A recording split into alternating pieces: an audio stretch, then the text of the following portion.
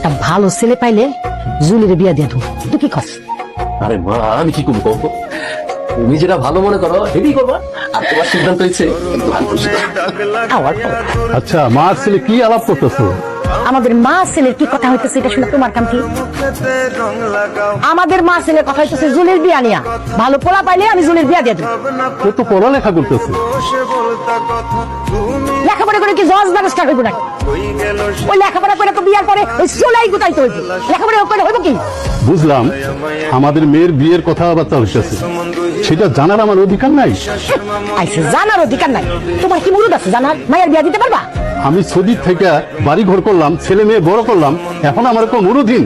রে নিয়তি, সৌদি থেকে যে কর্পোরেট টাকা পাঠাচ্ছে না, আমার জন্য না, তোমার বই না করে দিছে। এই সংসারটা আমি তিল তিল করে করছি, পুরাটা আমি বানাইছি। এখানে যা ডিসিশন হইব না সব আমার ডিসিশন হইব, বুঝছো? হিরে হিরো, তোর